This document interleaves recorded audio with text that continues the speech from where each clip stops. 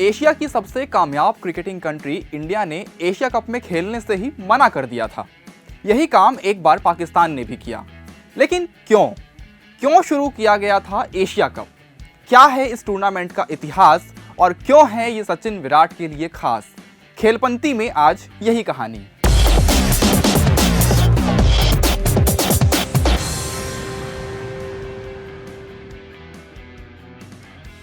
उन्नीस में क्रिकेट को आगे बढ़ाने के लिए एशियन क्रिकेट काउंसिल यानी एसीसी की शुरुआत हुई। इसकी शुरुआत आईसीसी की एक सब्सिडरी ऑर्गेनाइजेशन के रूप में हुई थी और इसका मुख्य काम था एशिया के अलग अलग देशों में आपसी सहयोग बढ़ाने के लिए क्रिकेट को प्रमोट करना। अब 25 देश इसके सदस्य हैं। एशिया कप का पहला सीजन 1984 में खेला गया। शुरू में यह सिर्फ ओडीआई फॉर्मेट में होता था, लेकिन टी20 क्रिकेट की कामयाबी के बाद 2015 में फैसला किया गया कि इसे 20 ओवर के फॉर्मेट में भी कराया जाएगा। अब एशिया कप एक बार ओडीआई फॉर्मेट में होता है तो अगली बार टी20 में, और इसके बीच में 2 साल का गैप होता है। अब अगर टीमों के प्रदर्शन की बात करें तो इसमें 2018 तक 14 सीजन खेले गए, जिसमें से 7 भारत ने जीते। इसमें 5 टाइटल जीत के साथ श्रीलंका दूसरे नंबर पर है। श्रीलंका एशिया कप की इकलौती टीम है जो अभी तक के सभी 14 सीजन खेली है। ये तो थी इसके इतिहास की एक छोटी सी झलक। अब आपको बताते हैं वो मौका जब भारत और पाकिस्तान ने एशिया कप में खेलने से मना कर दिया था। 1986 एशिया कप का दूसरा ही सीजन था। इस साल ये टूर्नामेंट श्रीलंका में आयोजित होना था। इस दौरान श्रीलंका में सरकारी फोर्सेस और लिबरेशन टाइगर ऑफ तमिल इलम यानी लिट्टे के बीच गृह युद्ध छिड़ा हुआ था। हालांकि ये आंदोलन 1976 में शुरू हुआ, लेकिन 80 के दशक के बीच आते आते ये अपने चरम पर पहुंच चुका था। इसी को ध्यान में रखते हुए भारत ने अपनी टीम श्रीलंका ना भेजने का फैसला लिया। लेकिन ये इकलौता कारण नहीं था, इसके अलावा भी एक और कारण है। 1985 में भारतीय टीम 3 टेस्ट मैचों के लिए श्रीलंका गई थी। इस दौरे पर अंपायरिंग को लेकर विवाद हो गया। इसमें श्रीलंका ने 1 मैच जीता और 2 ड्रॉ हो गए थे।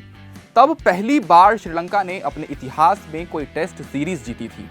इसी दौरे पर तमिलनाडु के खिलाड़ी कृष्णमचारी श्रीकांत के खिलाफ कई संदेहास्पद फैसले दिए गए। इसके अलावा अंपायरों पर श्रीकांत के साथ खराब व्यवहार करने का आरोप लगा। श्रीकांत जब अंपायर के पास खराब लाइटिंग की शिकायत करने गए तो अंपायर ने बदतमीजी भरे अंदाज में बैटिंग जारी रखने के लिए कह दिया। भारतीय टीम के मैनेजर ने इसकी लिखित शिकायत भी की थी। इस पूरी घटना के राजनीतिक मतलब भी निकाले गए। ऐसा माना गया कि इस घटना से दोनों बोर्ड्स के रिश्तों में खटास आ गई और इसी के चलते भारत ने अगले साल एशिया कप के लिए अपनी टीम नहीं भेजी। हालांकि भारत के न खेलने से बांग्लादेश को पहली बार इसमें शामिल किया गया। ये तो हुई भारत की कहानी। अब 1990 की बात करते हैं, जब एशिया कप भारत में आयोजित हुआ था। 1989 में भारतीय टीम पाकिस्तान के दौरे पर गई थी।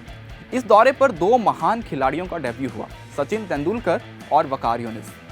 यहाँ तक तो सब ठीक था, लेकिन इसके बाद कश्मीर में सियाचिन ग्लेशियर को लेकर दोनों देश सैन्य संघर्ष में आमने सामने आ गए।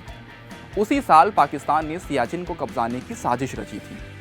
दोनों देशों के बीच तल्खियां इतनी बढ़ गई कि पाकिस्तान ने भारत में आयोजित हो रहे एशिया कप से दूर रहने का फैसला किया।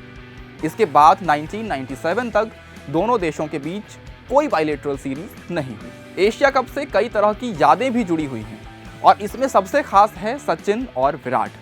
भारतीय क्रिकेट के भगवान माने जाने वाले सचिन तेंदुलकर ने अपना आखिरी ओडीआई एशिया कप में ही खेला था। तारीख थी 18 मार्च 2012 और जगह थी बांग्लादेश का मीरपुर स्टेडियम। इस मैच में विरोधी टीम पाकिस्तान थी। विराट कोहली के ओडीआई करियर का अभी तक का सबसे बड़ा स्कोर 183 रन भी एशिया कप में ही आया। और इत्तेफाक ये कि दोनों ही बड़ी घटनाएं एक ही मैच में हुई, यानी जिस मैच में सचिन की विदाई, उसी मैच में विराट युग की अगुवाई। एशिया कप और इससे जुड़े रोचक किस्सों, घटनाओं और विश्लेषण के लिए आप देखते रहिए खेलपंती क्विंट हिंदी पर हर रविवार शाम 7 बजे।